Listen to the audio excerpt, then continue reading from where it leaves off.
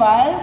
And magayunon po ini na pagpoon sa satuya ko na Reverend Father Treb and then si Father Buboy, yaon mandigdi.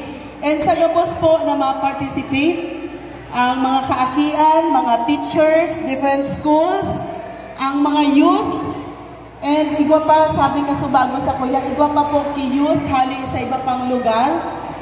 Welcome po digdi sa first activity kang opening kang Satuyang Parao Festival. And aram na po na last year is the first and this is the second year kang Satuyang Dalagan para kiina.